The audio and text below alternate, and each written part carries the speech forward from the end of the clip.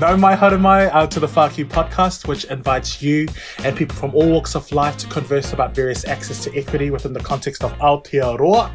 We invite people like yourself and our beautiful, intelligent, intuitive guests today to share their lived experiences in an effort to identify common threads within support systems, social networks, and knowledge that uplifts the collective human experience. Kelsey, what is our season 2 question? So this season we are exploring what does equity and knowledge look like for various communities coexisting within one society. As tauiwi in Aotearoa, we recognise the mana whenua and kaitiaki of these lands. Maluseo and I have experienced most of our growth in the Waikato and want to honour Ngāti Haua, Ngāti Mahana and Ngāti Wairere. Hey, hey. We are grateful for the connections our whakapapa weave through for us to be able to connect and grow with community through the whākī kaupapa. Maluseo and I would also like to honour our queer ancestors who fought for our rights and visibility as equitable citizens of the world. Kia ora, my name is Kelsey and I use they them pronouns.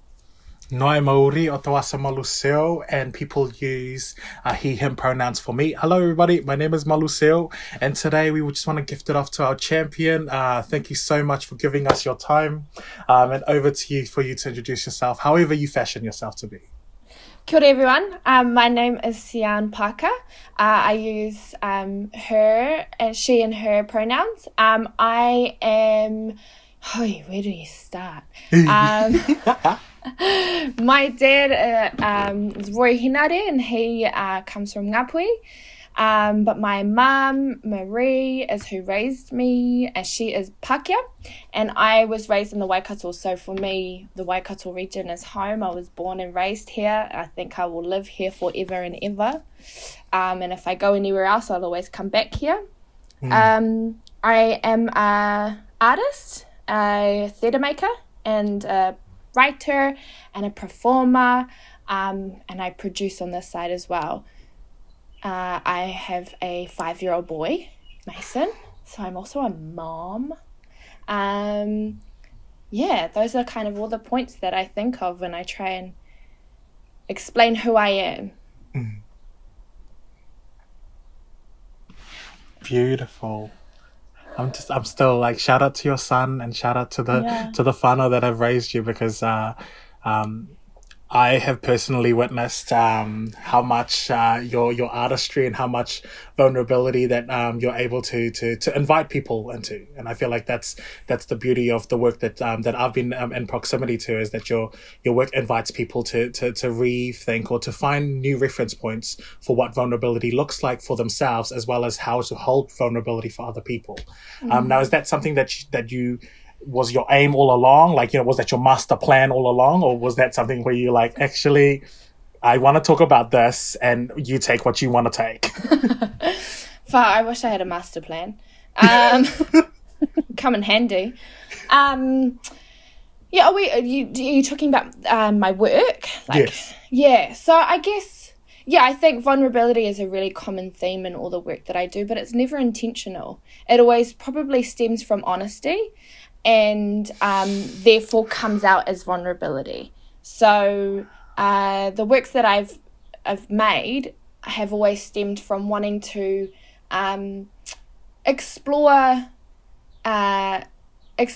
perspectives of life that I grew up around, whether that's personal stories and drawing from my own lived experience, or the communities that I was raised in, and thinking, these guys deserve to be on the main stage. They're crack up, they're heartfelt, they're genuine, and they all have stories, but I wasn't seeing it. So that's really what drives me. And it just so happens that drive to get kind of that realness and that honesty and that perspective on stage, people seem to think that's quite vulnerable for me to present to them. But I never go into it thinking, I'm going to be really vulnerable. Yeah. I think that I've had the privilege of seeing some of your shows and photographing some of your shows, which was so cool. Yes. And the first time I saw, I'd seen little pieces here and there, and then when I saw it in its entirety, Sorry for Your Loss, for the first time, I could see people in the audience connecting with different pieces of it. And I think that potentially they see that vulnerability because maybe they're not in a position where they feel like they can have that conversation. And yeah, it was really interesting to watch parts stuck for different people. Yeah. And yeah, to be able to capture that, I felt really blessed to be able to be a part of it. So thank you. That was cool. That show was really interesting because there was, I first started that show wanting to make an ensemble piece about being bicultural, and I wanted to explore the kind of tagline that I took into that creative process was exploring what it feels like to have one foot in two worlds but never landing in either. And that was where I wanted to go. It was a completely different show to what Sorry for Your Loss became, but what was really beautiful with the development of that, and that was through the Waikato New Works Incubator Program, what came out of it was my own personal story, and having someone say, that's a show, that's a valid show, that's it. And I'm going, no, you know what? That's not interesting. It's not very, engaging. Come to find out that was the superpower of that show, and that the exchange that I have as a performer with the audience, people can interpret that as me going, this is my life and take it. But for me, it's within the safety of the confines of performance. So even though I walk out and I say, hi, I'm Cian and I'm an actor and I'm going to, thank you for coming tonight. Did you get a drink? Great. I'm going to tell you a story and we're going to do this together. Come along. Even though that's how I frame it, it's still me coming out as a performer. So it's not me genuinely going, hey, it's me, because if it was, it'd be very awkward. I'm quite introverted in real life. So yeah, that exchange allows for me to go to places that I wouldn't go as me, as an actual person. But it also gives the audience a safety net to be able to pull things from watching that performance and going, oh, I can actually feel those feelings of watching, this poor girl waiting for her dad to show up and he doesn't. And I can feel that because I'm in the confines and safety of performance and performing arts. And I know that after this, she'll take a bow, she'll leave stage, and I can walk away with these feelings. So yeah, it's a long-winded way talking about that kind of love that. I love process. That. Yeah. And because to me, I'm like, is that something that as an actor or as a performer you're taught you're taught of being like, this is it, this is the safety of this is where you're going to give all of your energy and effort and emotions to this, and then we close it up, and then is there a ritual process of ritualing into that and ritualing out of that? Yeah, hard out. I mean, for majority of your training as an actor, you're learning someone else's words. You're interpreting them yourselves, and you're bringing your character in, and you're making very conscious decisions as a performer, but you're always relaying someone else's words. And so that already kind of changes that ritualistic process of telling one story. When it's one, my own words, two, my own story, and I'm using everything in that show is real and happened, it's necessary to create a process where I'm able to step out and step off. And for me, that's the stage area. So the minute I step off that stage, it's back to me being myself. And even when I go out for foyer chats, especially with Sorry for Your Loss, I would have people coming to me. I'd spend about an hour and a half after every show talking to audience members who just felt engaged enough to share their stories. And they weren't necessarily talking to me about, oh, so your dad and your mum, and oh, so you did this. They were going, my mum raised me like that, or I'm that dad. I had a few fathers come and say, I'm that dad, and I never knew how much that meant of not showing up for that. So that allowed people to kick into feeling like they could find a connectedness. But because I was able to walk off that stage, it feels some ways that you kind of create this experience for people, but you give it to them on the stage, you leave it there, and then you walk off and they take it. I'm not taking that home. So that kind of sets that up nicely for me to safely go in and out. Mm.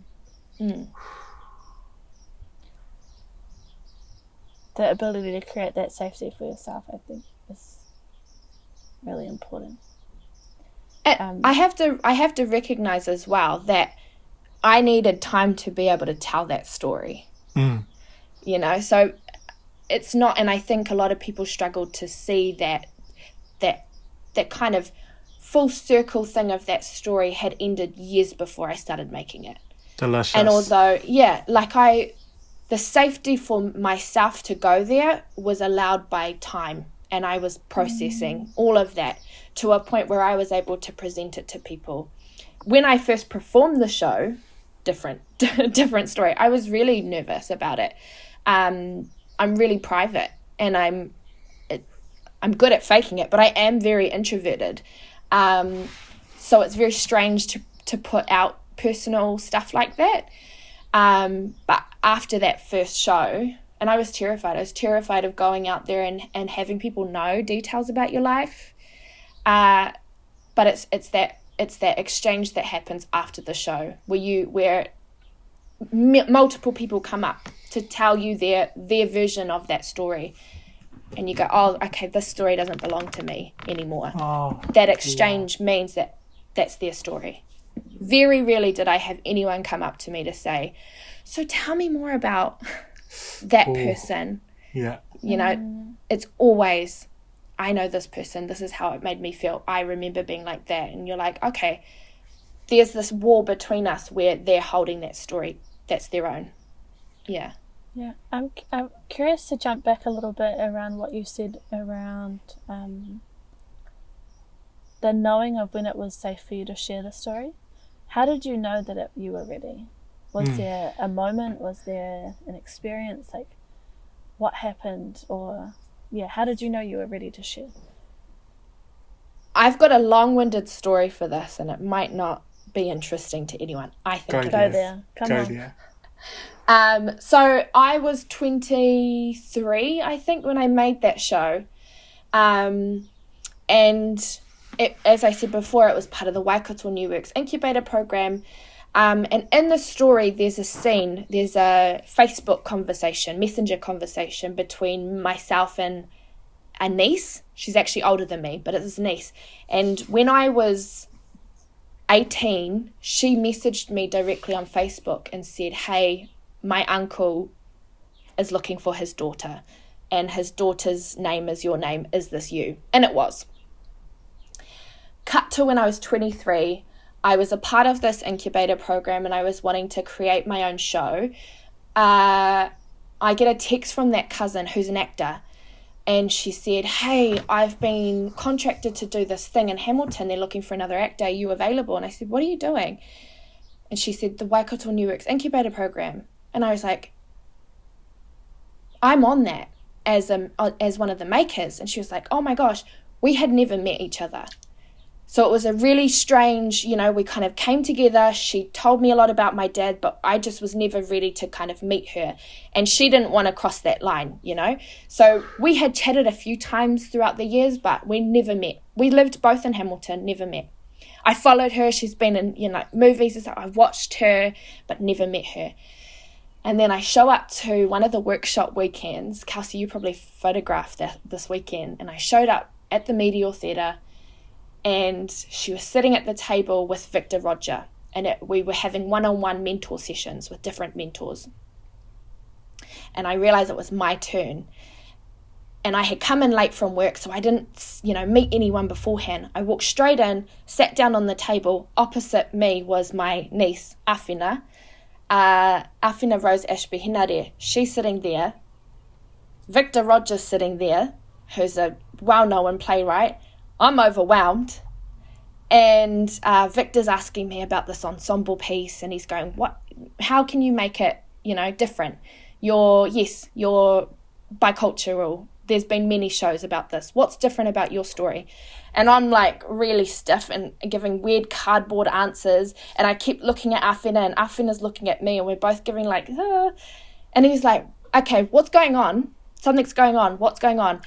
And we came out, the whole story basically of Sorry for Your Loss came out on that table. and we said to him, this is the first time we've met. The last time we messaged each other, she was telling me about my dad.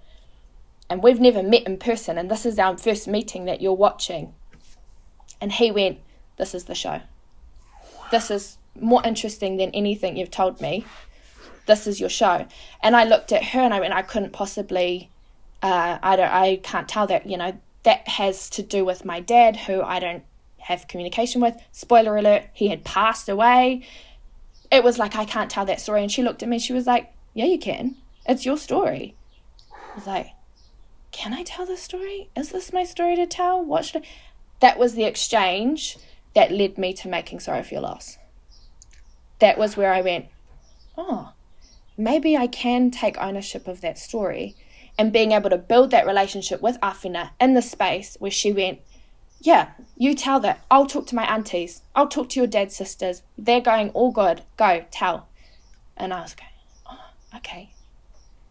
So that's the long-winded story of how I felt like I was able to go there, because I just needed someone to approve of it on his behalf.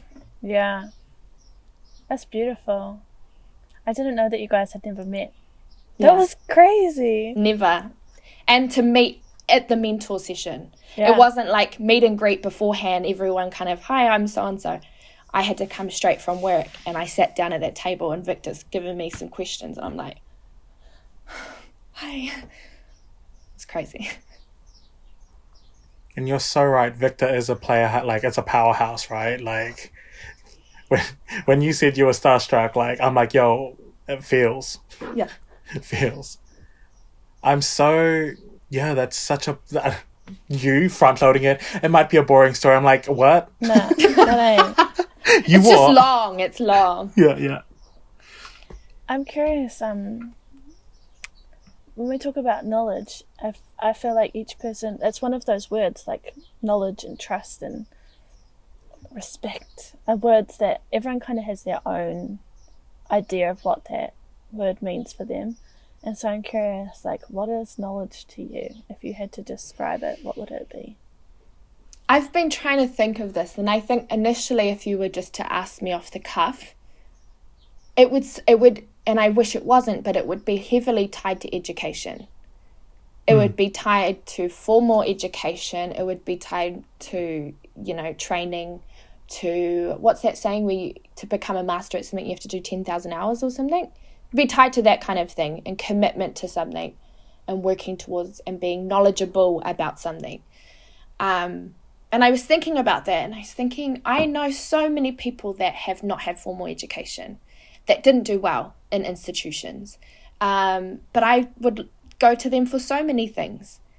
And I think what needs to happen, and what I tried to consciously do when thinking of this question, was to reframe what knowledge is. And I was thinking about, the mahi that I've done in theatre and been fortunate enough to do. My training has helped, and my, the teachers that I've had, and the guidance and the mentorships that I've had, that's helped heavily. But a lot of what's happened in regards to shows that I've made is the lived experience, is the accepting that that story has value, and using that training to share that story. But what actually tends to be received is the story itself, if that makes sense. So to me, knowledge is not just formal training, but it's accepting that lived experience can give us knowledge. It's just kind of trying to take that out of all the emotions that come with lived experience, and looking at the lessons that we learn within it. Yeah. That's beautiful. Yeah. Do you That think was there's so... any... Go, Mother. No, I feel like you dance really beautifully with how intellectually smart you are, and how, like, simplistic you gift it, because it's like, it ain't that deep, fam, and also it is. Word. Yeah. And see, that's what I love about the way that you're able to show us what knowledge is, because what I'm really, and please call me in if I've misinterpreted, but what I'm hearing is that knowledge for you is lived experience, and that lived experience could be 100% be nurtured in a formal institute, and 99.9% of the time is actually what you do outside of the institute that actually enrich and like elongate and add color to the knowledge that we're trying to accumulate, or that we already have in various forms. Because I feel like, for me, you're so right. The tensions between what knowledge is and isn't is usually dictated by formal education. Totally. And that, like, I feel like me and Kelsey, that's why we were really curious about this question for this semester. For this semester, wow. Wow. Can you tell? I'm very Indoctrinated, huh? Can you tell I'm deeply in that? But yeah, so that's why we're really interested with what knowledge is, because you've literally articulated something that we feel strongly, that knowledge exists so much more outside of the classroom and outside of institutes, yet there's marketing and there's this information around this that says, you will not be able to find rich knowledge unless you go and study or do some of these things. And I'll claim that that's me and my perceptions. And also, I'm like, people going to your show and receiving that deep knowledge and that mirror for themselves, for them to reflect. I'm like, the healing, like when you're talking about it, I just kept on hearing the word healing. Like, people are healing themselves as they see you, and you're able to get yourself to a place where you can be vulnerable, or not even vulnerable, you can be strong enough to share a story that's actually a reflection for them to see themselves and to meet themselves. Well, I'm really long story short, I'm just very interested to see how,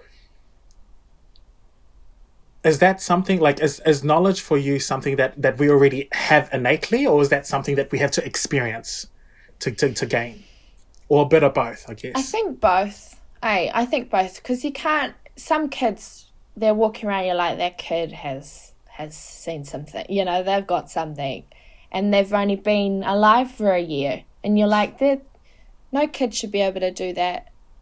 But also, something that I was thinking while you were talking about, and it might relate, you might have to remind me to tie it back into that question, but something that it made me think about was how knowledge is so tied to a hierarchical structure, where we think, to be knowledgeable is to put you quite high up. And I have so many people that I know that, maybe directly say out loud, but in some ways call themselves dumb, or go, oh, well, I'm not very good at this, or I don't know, I'm an egg, I don't know, I don't know that. And it's usually because they haven't ticked boxes and things like that, but there's things that they know that I would never know, even though I haven't had, I've gone through that formal education. So I think it's something that you're born with. It's something that you gain as you keep living, but it's also something that you have to be able to unlock to recognize, that you hold that knowledge. So it's not just something that someone else can hand you over with a piece of paper and go, nailed it, you've gained the knowledge, move to the next level. It's something that, my brother, who dropped out of high school, can go and do handyman work, and I'm going, I don't know how to do any of that. And for him to be able to recognize that that's knowledge, it's something that's not as widely kind of discussed. So I think, to me, it's three parts. It's, what you're born into, what you live through, and what you learn as you live, but also what you're able to recognize and kind of that reflective process of going, oh yeah, shit, I've got some knowledge. It's just not conventional. Yeah. That's not what's valued as knowledge. Yeah. Especially in like a Western context too. Totally. Yeah. And in some ways my art form is very similar. At university I studied theatre studies and I did well. I was fortunate to be quite good academically, and I always saw that as, you're lucky to have those skills. It's not something that's, everyone has. But I think of I think of hundreds of years ago before we were colonized, we were telling stories very similar to how I tell sorry for your loss. Very similar, and it's not necessarily what gave me the good grades in tertiary education always that gave me the ability to create works like that. Again, it coincides, it helped me, and the partnerships that I've made with my creative partners, I met at uni. They were my lecturers, Well, I'm talking about one. Laura Hohe, who helped me make Sorry for Your Loss, she taught me in that tertiary education, but it's also recognizing like there's a creative flair, there's a storytelling element that has been happening hundreds and hundreds and hundreds and hundreds of years ago before lights and the sparkle and the glitz and the glam, where it's just one person standing in front of another person going, this is how I'm seeing the world. What do you think? Like you just bear it down to the bones of it and you're like, how is that not knowledge? Yeah. Koha. That totally like resonates for me. Because we literally so that's basically the reason why this kaupapa exists, because we were like, we're not exposed to unconventional forms of knowledge. And for me and Kelsey, and I won't speak for Kelsey, but for me, I was like, I have most of my knowledge is passed on to me by all of my grandmas and my grandparents. And for me, it was like, it was kind of stank, because it's like when you go into the institutions, it's like, for me, it was too loaded. I was like double-sided, because I was like, I don't feel like my grandparents' knowledge is welcomed here. And at the same time, I feel like if I was to expose this, I don't think they would know the potency of the knowledge here. And I'm like, is this a safe space for me to share? And also, is this a safe space for the knowledge to be embraced? Because I'm like, and 9 times out of 10, it's like, oh, that's right. It's in our family spaces for a reason. It's in our like iwis and in our hapus for a reason. And at the same time, there's people like you who are, I would consider cultural shifters, because you're actually extending the borderlines of what safety could be for a lot of us. And that's why I'm like, how are you feeling into that? First of all, thank you. Well,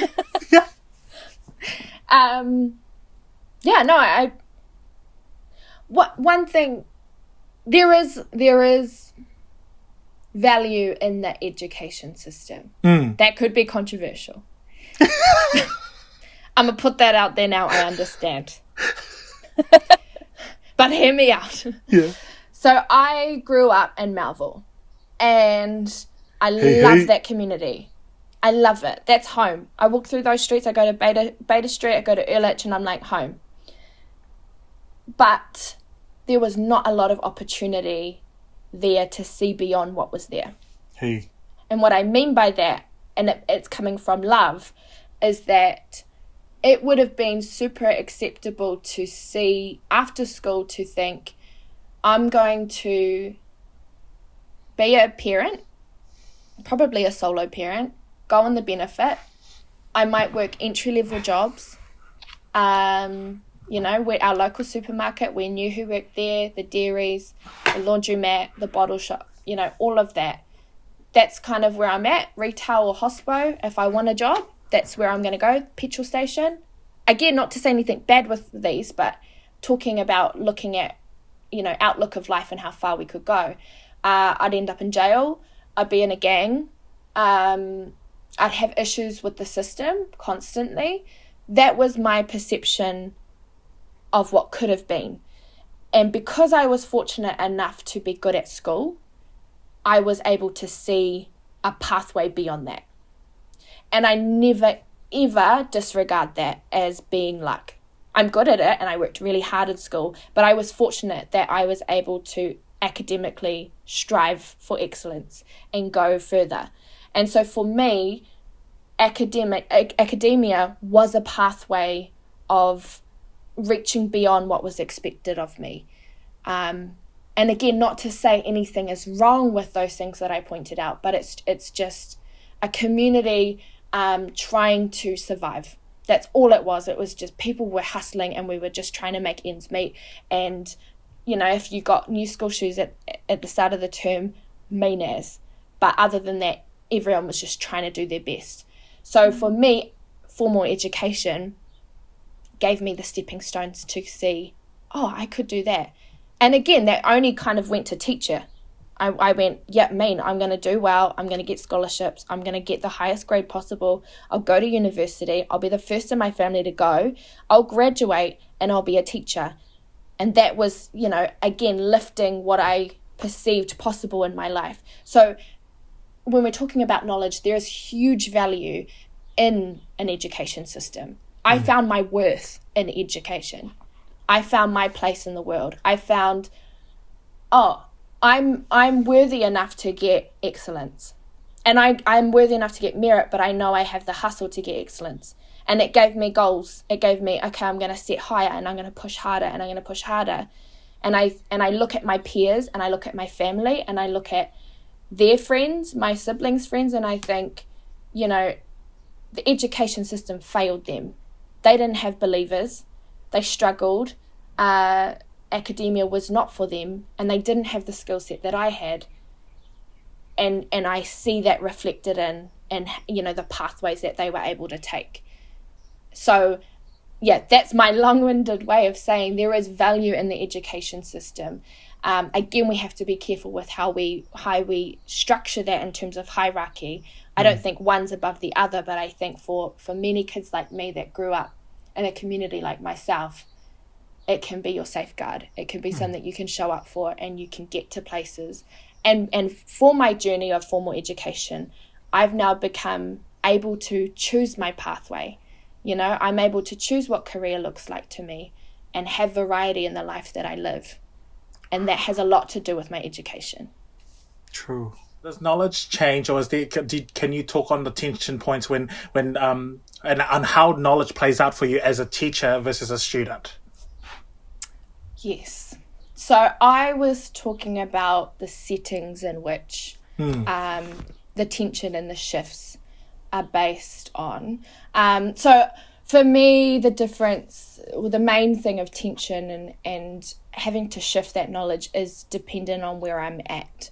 So I'm hyper aware of areas that I am in and how I may be perceived and how I want to be perceived on the basis of knowledge. So how I present myself when I'm tutoring a class at the university is very different to how I am in a high school classroom with a group of boys that are half interested, that just want to go to rugby practice. Very different. And my basis of knowledge shifts to cater to who I'm at. And then we were talking before about your kind of relationship with the curriculum. I think that's really interesting as well, of what you have to adhere to when you're in that teaching position. I think my main, again, that tension and that pull is around who's in front of me. So when I think of, being a high school teacher, I have this curriculum and I have this lesson plan and I have this knowledge that I need to instill and what they need to retain to pass. I have that playing out, but I'm also looking at this boy in the corner who I know is going to fail, and he has a lot going up against him, and I know that this curriculum is not fit for him, and the content that I'm teaching doesn't engage him, and I know that at some point I'm going to have to fault him for it. That's a huge tension for me around who's in front of me and what knowledge is put at the forefront for them, because I'm going, okay, he's not going to get this essay. He might not be able to write an essay, but I know he can write a sentence now, and that's huge. And that took 6 months to get there, but he can write that sentence, and that's huge knowledge for him, but it's not valued for what I have to mark for. That's a tension, yeah.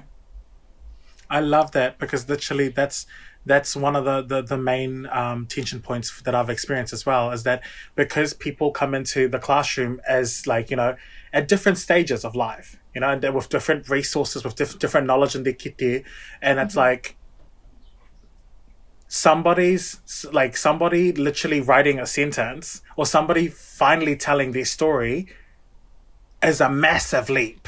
Yeah. It's a massive leap within. If I have them for 18 weeks and they finally get to tell their story, Whereas, like, you've got other students on the different spectrum. They tell these stories straight away in week one, and they come prepared, and they've had the access to different resources, which you've alluded to, which is something that it's always a tension point for me, because I'm like, oh, my marking schedule doesn't allow for that. My marking sheet doesn't allow for that. But at the same time, when we move it away from a formal education setting, those little golden nuggets and gems are like so potent, and I love it when it comes from our elders or our young. Like, sometimes I literally just be sitting down, and those young'uns just literally like, oh, that's, hey, we don't even need to talk about this. It's just not fair. And I'm like, I love the simplicity without having to talk about the complexity. It's like, it's just not fair. Okay, let's not talk about it. Thank you. Okay, looks like you guys know what you're talking about, because we are, in our generation, we're still fighting about who's right and wrong. And they're like, it's just not fair. Full stop. Yeah. Done. Yeah, exactly. And okay, so I guess, and maneuvering to our next question, how do you acquire, wear, move with knowledge? So what is your personal perspectives on how you acquire knowledge, how you wear and move knowledge? This one's harder because it's looking at myself, which I probably don't do enough. Got to go back to training and education. I love it. I love learning in those kind of settings. I love finding a teacher or finding an expert and learning from them. If I think of theatre and my practice, I love collaboration. I love to be around similar-minded people, but I mean that in the basis of what we're doing. So when we're making work, when we're making theatre, I love to collaborate with other artists and watch how they work and watch how they're engaged, watch how they problem solve, how they structure stories. That's constantly gaining knowledge for me. And in some ways that's more because it's practical and it's on the, what do they call it? Like in it. Yeah. In it directly, to be amongst other artists and watch and practice. So that's kind of the practicality of gaining knowledge, is by doing, I think. In terms of holding knowledge, I haven't quite cracked that yet. It's an interesting transition that you go through, especially when you go to university, of you spend, 15 years in education, and then you get out of it and you go, how can I prove that I learned that? I don't have an assignment to show that, and I don't have the final grade, and I don't have, I completed that paper, so I know about tragedy. And so finding a measurable kind of factor for knowledge is very strange outside of a formal institution. So I'm still learning that. But I think always going back to, my creative practice, if I can see that something is working with other people, if I can see that all my work in creating a story or creating a piece can translate to one person, then I'm going, oh, okay, there's something there that I've retained. There's something there that I'm holding.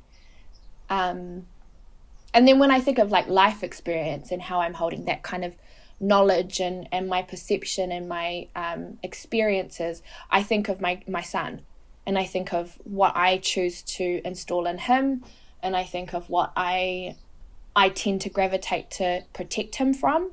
That's very conscious of. That's because you've had maybe a negative experience of that, and so you don't want him to have that. That's knowledge as well. So yeah, when I think of holding knowledge within a personal setting, it's truly what kind of parent I am, the priorities I have when I'm parenting, and again, what's reflected back at me with my son, and go, oh, okay, that's great that you have that knowledge, because it's come from somewhere. Yeah. And what is that like innate knowledge that you have in yourself, either maybe from just stuff that you have acquired from whanau or friends or through your experiences outside of parenting? Is there another way that you kind of hold that in your body? And is there a way that you share that beyond theatre or beyond parenting? I think, I don't know if this answers the question, but I'll attempt. I think I'm very self-aware in the sense of I have gone through some things, especially recently.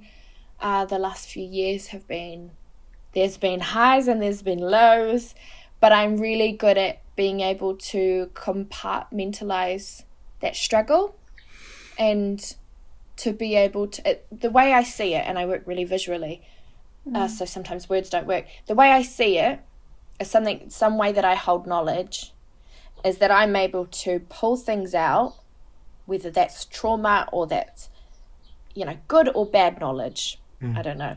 I'm able to pull that out and look at it kind of like an Iron Man situation where he can, and it all comes out and he's able to look and, okay, unpack Love more. You know what I mean? I think that's one way that I hold knowledge within myself, is I can sometimes step away from it to unpack it and then take what I can handle. Is that making sense? Yeah, for sure. Break it down into sizable pieces, Yeah, and understand that there are some things that, I've experienced that, and I have people say, I wouldn't be able to survive through that, and you think that's something that's helped me be able to cope with big things, is I can pull things out, unpack it, take what I can handle, but also understand that there are some things that I can't handle.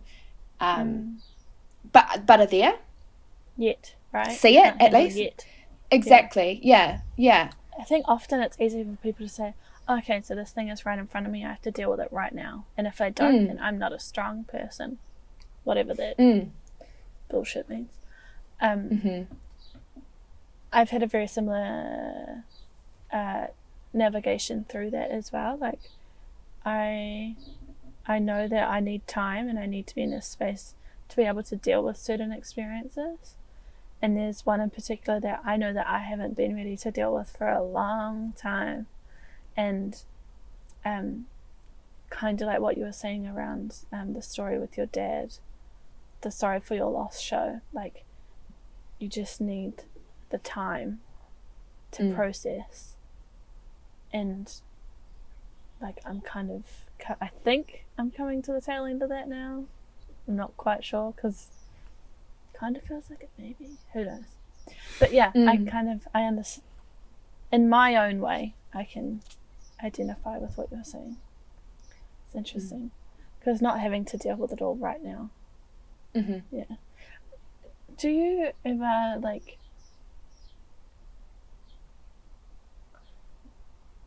feel like by being able to compartmentalize something and to take the pieces that you need, do you think that there's ever any, the word I want to say is backlash, but I don't think that's the right word, by not dealing with the other pieces?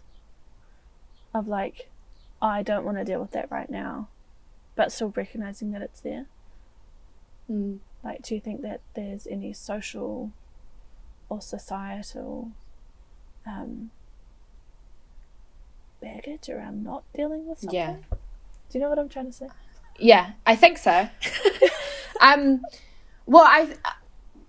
Yes, I think so. I think what I'm talking around is around grief and that monster, that big can of worms. And my experience of that has been, when I'm looking at considering that and having to unpick that and then knowing what other people perceive of it, I've had people's perception of how I should be doesn't always meet with how I am, and that's where people have a lot of they struggle with that, of going, oh, how can she be like this, or how could she do this at that point in time, and that's largely to do with that compartmentalizing and going, yeah, I can handle this right now, but also having the freedom to not have to cope and survive in a particular way that is, understandable for other people. Does that make sense? Yeah, for sure. Yeah. Yeah, and for people to really struggle with that. And part of that kind of journey for me, or of obtaining knowledge around how this kind of trauma and this grief and how do you work with it and live with it, is understanding that I'm not going to be what people accept as a grieving person, and to kind of be free of that allows for me to feel a little bit like I can pull those little things I can't handle, but I can still hold them, is because I'm not having to kind of hold them in public. Yeah. That kind of, yeah. And like grieving or experiencing something in a way that's for you, not for performative for other people. Yeah. And even in the way that, and we do this with like social conditioning for anything beyond grief, but when people, the age-old question of how are you, you get a how are you really? And that second how are you really is purely for them.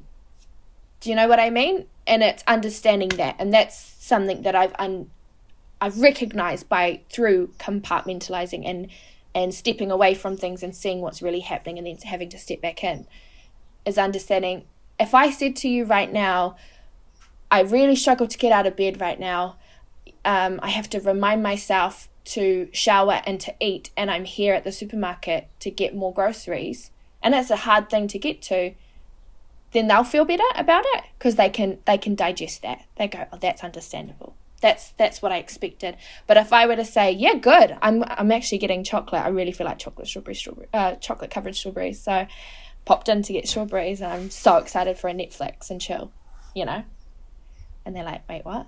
It's not. But how are you really? Yeah. And you go, that's really how I am. Like they're digging for something else. Yeah, that's and so it's purely awkward for as them. well. It's so awkward, because it's like they, like, the way that I perceive what you're saying is that the person asking the question has given themselves the permission or privilege to your story. And they've already written they've already assumed your story for you, and being like, oh, I can save her by asking her this specific question that's going to unpack and heal that for her. Yeah. And often that's coming, well, not often, 99.9% of the time, it's coming from love. They want to help. And you know that, and you understand that. And there's certain people in my life that I give them I could really do with this. And it helps them to help. But yeah, there is that kind of,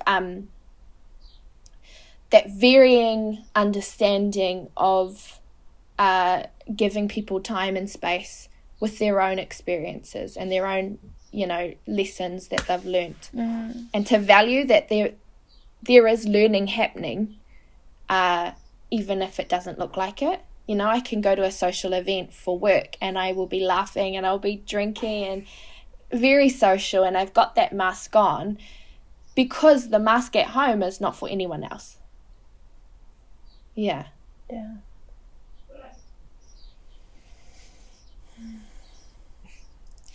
I'm curious, what kind of, you've touched on lots of different little pieces throughout the Kōrero, and I'm really grateful that you've been able to share lots of your experiences and the way that you navigate knowledge with us. And I'm curious, what kind of knowledge are you taking with you into this next season of your life? Like, is there a particular experience or piece that you are holding a little bit closer to home? I think for a long time, not a long time, for the past 2 years, I've been purely set on just surviving them, just getting through them, and making sure my focus is on my son, get him through, working hard to get that moving. Do you know what I mean? So I'm kind of standing there and I'm pushing things forward and I'm going, yep, my son's good. Okay, great. My house is good. Bills are paid. Okay, my work, I'm pushing down, not boundaries, but I'm pushing forward in my career. I'm making work that I'm proud of, and I'm getting that out there. But I think something that I really am trying to do is take time for myself, and to be, and I mean this in a positive way, to be selfish. Yeah, 100.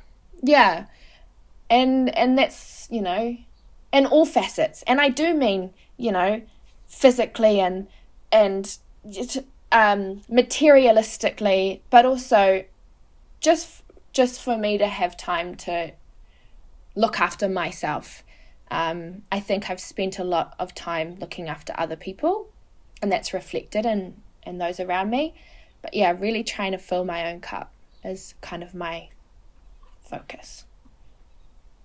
Delicious. We love that, and because we're very much doing that in our own capacities and in our own fashion as well. So we really affy that whakaaro so like big dick energy towards that type of feelings, because I'm like, yo, if you, I'm like, that was my big dick. Yeah.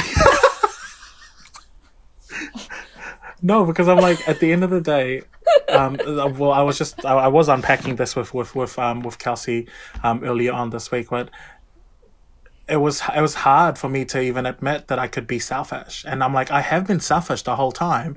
I just didn't want to associate that to being selfish. You know, and it's like we are selfish by nature. We just don't want to consider, well, let me not say I didn't want to consider myself as a selfish being. And I'm like, no, to be selfish is actually to serve as well, because I'm a better person when I'm being selfish. I'm a better person when I can serve myself. I can cater to my own whakaaro, because my whakaaro is always everywhere else. So I'm like, if I can answer my own whakaaro, I can hold space for other people to wayfind. And I feel like that's what I really loved about your conversations before, was it's like, how do we give people dignity to be where they're at without us actually having to, you know, be like, oh, you've lost somebody, or oh, you're still hurt because of that breakup, or oh, and I'm like, allow people the dignity to wayfind their own. And I'm like, surely they're doing absolutely fine. Surely in this world, they're doing absolutely fine. So with that being said, I also wanted to rewind to being like, what is the story that is archived for you in that inventory? What is that high security vault, aka the whākī? What's in your whākī today?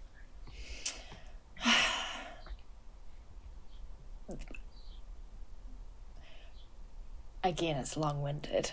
Go there. When at the lowest point of my life, when I lost my husband, and life just was the pits. It was the pits. One of my closest friends said to me, I just wanted to get back into work. I wanted to, you know, tidy my house, get everything in order and keep going. And people really found that strange. 2.5 weeks later, I was in rehearsals and people had a hard time with that. And one of my closest friends said, what you're doing at the moment is your head is down, you are laying stepping stones, whether that's through your career, that's personal, that's whatever. You're laying stepping stones, and all you're focused on right now is one step in front of another. And you're putting those stones in place, and you're getting to a destination. You don't know what that looks like, but you're focusing. Just build those stepping stones and keep stepping to the next one, because you'll get to a point in your life where you're able to kind of uncurl your neck, stand straight, but you can turn around and look at all the steps that you've taken to get to that point. And I feel like I'm kind of at that point where I'm slowly starting to look up and to be able to appreciate all the steps that I've taken to get to this point. And that is a achievement beyond, you know, anything that I could get an award or achieve, whatever, certificate, whatever, is that that process of valuing each of those stepping stones. All of those achievements, whether that is as big as, you know, winning awards or being able to tour Sorry for Your Loss, or to make my new works and those are received well and all of that, or down to my son being showered every night and fed, down to I got out of bed today, and down to I look damn good in that photo, you know. That's my whākio, is to be at that point where I'm able to look up and look back and go, frick, what an achievement to get here. I'm no longer just surviving. I can appreciate those stepping stones. And also, I'm excited-ish, slightly terrified, to turn and be like, okay, what's next? Set the next one. You know? Aye. That's mine. And I feel like there's a weave as well, because there was I'm being reminded of when you were talking about there's a struggle. Well, there's a tension point between finding those outcomes, or those you know, the marking criteria of how to prove that you've achieved those things outside of a tertiary education. And I feel like is the proximity between that for Kōrero and what you've just said in terms of the stepping stones, or am I weaving into stories that are absolutely different? No, yeah, totally. It is. It's also not putting value on one above the other. Like, they're all equal and they're all getting me to a place, but I can't lose one, otherwise I can't get to the next point. So yeah, absolutely. And just appreciating it on my own. Like, there's not a point ever, thankfully my friends will say that, there's never a point that I say to like my circle of people being like, check that out, check what I did out, isn't that cool that I got that, and or I did this, isn't that great? I don't do that. You know, they might, but that's not for them. That whole process is internal. I don't need anyone else to say, wow, and they do, wow, you survived that. And I'm like, yeah, cool. But the process for me is doing it internal and be like, frick, pat myself on the back, solid work, sis, keep going. Love that. Sick. Literally. Well done. Well done, move on. It's pretty much it. It's 0.5 seconds, but it is a good pat. Well done. Oh, and the kitchen's dirty. Yeah. Well done, dishes. Or well done, Mum, can you wipe my bum? Yeah. Humbled. Well done, where's my kid? Yeah. Oh, not again. Just out here self-reflecting on my achievements. Thank you so much. Well done. Where? Oh, bloody hell, I'm trying to achieve my... Don't you know I'm trying to appreciate my achievements? Yeah. I tried to say to my son the other day, I said, I've been nominated for an award, and I said to him, took him out for dinner, had yummy food. I said, nice, guess what? Mum's been nominated for this award. It's pretty cool, eh? And he was like, chicken's kind of spicy, Mum. I was like, I said, are you a little bit proud of me? He's like, yeah. I'm like, do you know what proud means? He was like, no. Sick. Sick. Solid. Literally. Wait, he's like waiting. He's like, are you done being up yourself? Like, it's you know, it's me, right? Like, he literally said, are you unlocking the car? Yeah, great, cool. Cool. Thank you so much, Cian, for coming through and sharing your stories and experiences with us. We do really appreciate it, and we know that your kōrero is going to resonate with so many people. If people want to connect with you, how are they best to do that?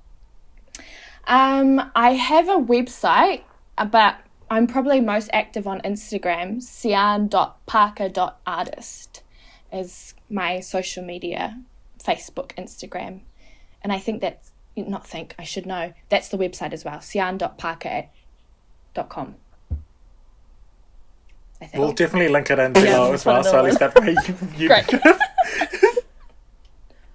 No, but yes, thank you so much as well. I'm definitely meeting myself at a new reference point, and I feel like you've helped me. You've helped call in the way that I actually relate and uplift people's mana, regardless of what the story I'm weaving in for them. So I really feel like I'm able to receive myself at a different standpoint, because I'm like, yo, as you were saying, I'm like, oh, I think I've done that to a couple people as well. So I'm like, Everyone thank you has. for calling me in. Thank you for calling me in. And this honesty, and I think that's what you weaved in right at the beginning. And honesty, I've woven that in for other people. So I'm really thankful that I'm able to see myself better because you're able to share. So Yeah. thank you so much. Amazing. Yes. All right. We started with a jiggle. So would you like to jingle out with us? Love to. All right. The fuck you. Fuck you. Fuck you. Hey. The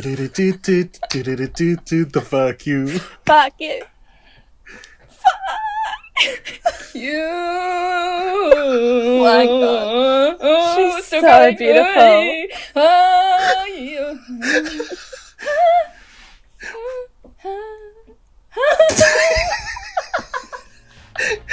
Let me pat you on the back. Pat yourself on the back. That was a milestone. I friggin' nailed that. Mariah Carey who?